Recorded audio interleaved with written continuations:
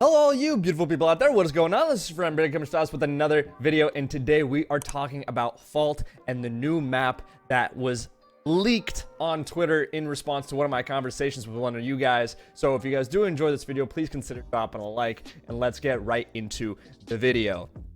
So you're going to be seeing a lot of my face because we're just going to be looking at the map that's supposed to be right here somewhere, okay? We're going to be breaking this down because this thing is crazy. So I'm just going to be looking at it on my screen. You guys are going to be looking at it right here, and we're going to be breaking it down together. So first thing that you might notice when you're looking at the map is the different colors at the ends of the map, showing which side is dawn side and which side is dusk side, which is just a nice little aesthetic to have that multi-color. Just like in League of Legends, you have the difference between red side and blue side. Here you have the difference between dawn side and dusk side. Now, another thing that you might notice is that the colors, the red and blues, are opposite from one another. They're asymmetrical, so to speak, and these are going to be the jungle buffs. Red jungle buff and blue jungle buff. Based off this image, that is what is confirmed here. And they are asymmetrical from one another, which means that they are across from one another diagonally. Now, some people might be confused about this because in Legacy Paragon, red buff was across from red buff and blue buff was across from blue buff. But in Monolith Jungle, you had the green buffs, remember, that were asymmetrical from one another. So basically, there's a strong side jungle and a weak side jungle.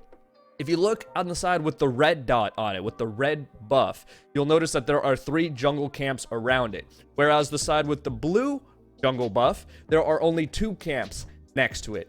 Okay, the side with the more camps is denoted as the strong side of the jungle.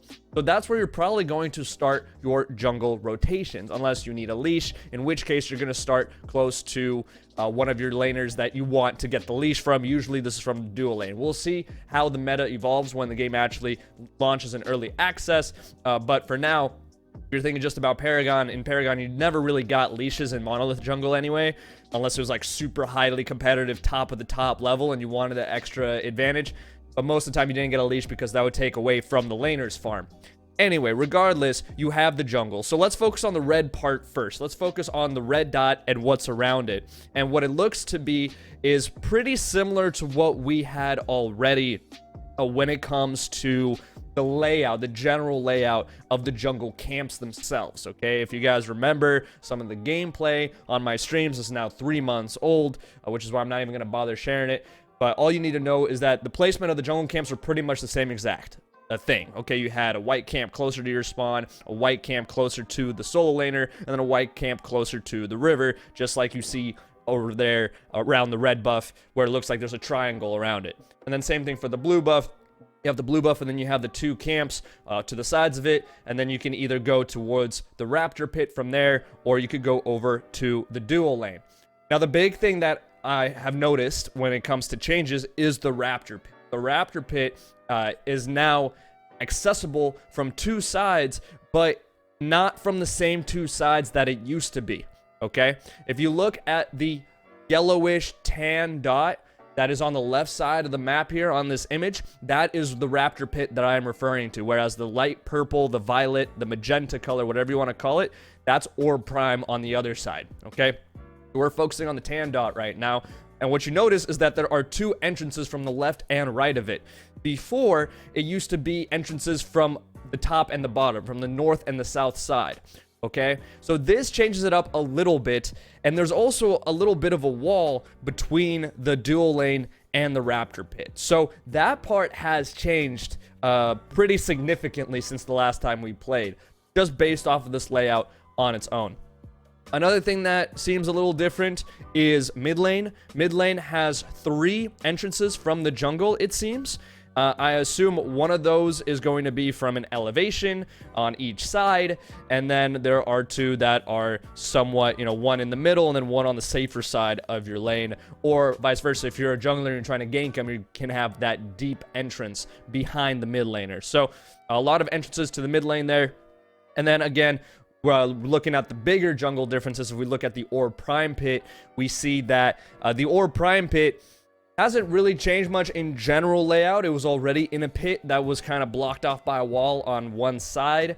However, when it comes to going towards it, there might be a little bit of a change due to the extra lane coming from the mid lane side. And I'm going to circle this so you guys know what I'm talking about.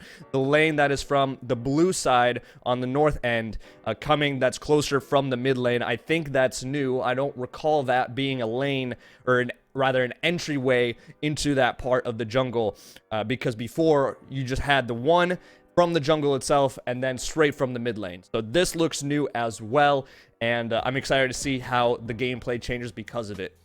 Now, there's a bunch of other little lanes and stuff that have probably been added and moved around. I'm not really focusing too much attention on it because I just kind of wanted to point out the big picture. You guys can overanalyze every small detail on your own, but I also wanted to point out the towers and inhibitors, okay? So you have your tier 1 towers all the way at the front, closest to the middle. Then you have the tier 2 towers behind, and then you have the inhibitors behind those. And the inhibitors seem to be very, very close to one another. Closer than we remember them from Paragon. So it seems to me that the towers are more spaced out, and then the inhibitors are really, really close to one another. So I don't know what to make of this. I don't know if we can expect to see the same kind of system in Paragon where the inhibitors were the turrets themselves, or maybe, just maybe, it's going to pull a little more inspiration from League of Legends where the inhibitors are just crystals and they have inhibitor towers in front of them. So you do have towers protecting the inhibitors themselves. Once those are destroyed, they do not respawn, but the inhibitor crystals themselves do respawn every 5 minutes. So you could have a mixture of both the non-respawning inhibitors and respawning inhibitor mechanics from Paragon introduced in a balanced way like it is in League of Legends in this version of the map. I'm not sure. We'll see how that ends up happening. Everything is subject to change still because this will be in early access, which is technically a beta. So things are still ample and subject to change. So keep that in mind as you take a look at this map. But other than that, those are the biggest changes that I noticed to the map right off the bat looking at it.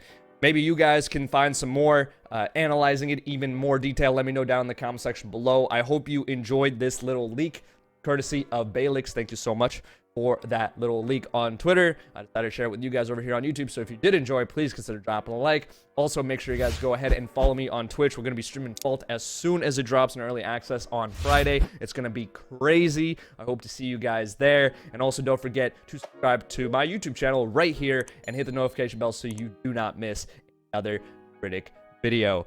As always, guys, thank you so much for watching. And make sure you have a wonderful day. Peace. Good. I will. Oh shit, I'm stuck. Oh! Oh! Wait.